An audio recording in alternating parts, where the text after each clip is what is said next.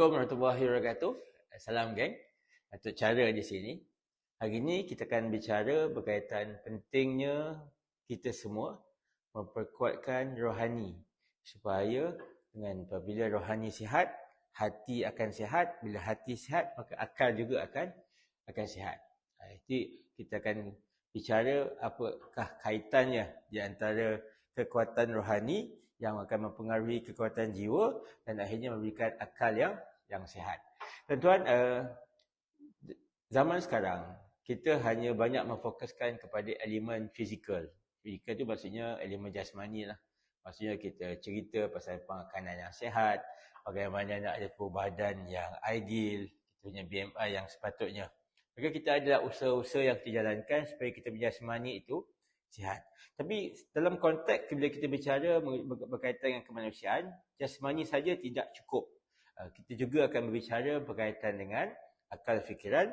Kita juga akan berbicara berkaitan dengan emosi. Biasanya begitu.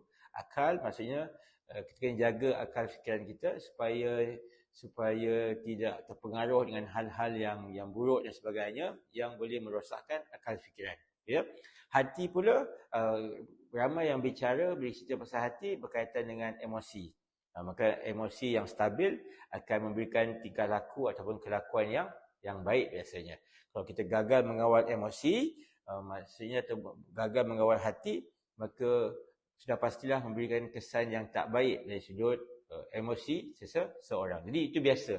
Yang kita selalu beritahu, kita kena jaga jasmani, kita kena jaga akal fikiran, kita kena jaga emosi kita. Emosi itu kalau bicara dalam motivasi, pastinya juga di akal fikiran.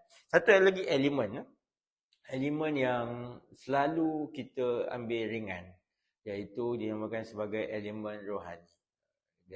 Elemen rohani, tuan-tuan, bila kita bicara pasal rohani, dia bukan cerita pasal makan, dia bukan cerita pasal bagaimana untuk menjaga hati dan sebagainya. Bila kita cerita pasal rohani, sudah pastilah rohani itu perlu dilihat sama ada terhubung dengan Tuhan ataupun tidak. Itu bila kita bicara pasal rohani. Adakah rohani kita tu terhubung dengan Allah Subhanahu Wa Taala ataupun rohani kita gelandangan, iaitu tak cukup makan. Tak cukup makan bukannya makan fizikal, maksudnya makanan untuk rohani. Apakah makanan untuk rohani? Iaitulah yang dikatakan dengan sentiasa berhubung dengan Allah Subhanahu Wa Taala. Maka perbicaraan ini, tuan-tuan, kalau dalam konteks pembelajaran ilmu, dalam ilmu bicara adil, dia tergolong dalam ilmu tasawufnya. Sudah pastilah Tok bukan orangnya yang boleh mengajar, tuan-tuan lah. Cuma bicara pada hari ini, kita nak sembang akan pentingnya kita semua untuk memastikan elemen rohani kita juga sihat. Bagaimana, apakah yang menunjukkan rohani itu sihat?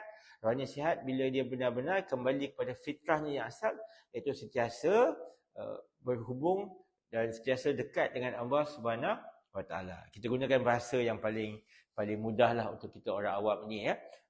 Jadi bagaimanakah untuk memastikan rohani itu sihat?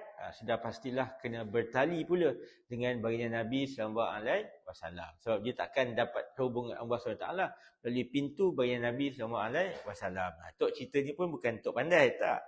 Tok cerita ni pun bagaimana yang para guru menyampaikan, Tok cuma sampaikanlah supaya kita semua ada kesedaran akan pentingnya memperkuatkan rohani, menjaga rohani. Sebab elemen rohani juga penting.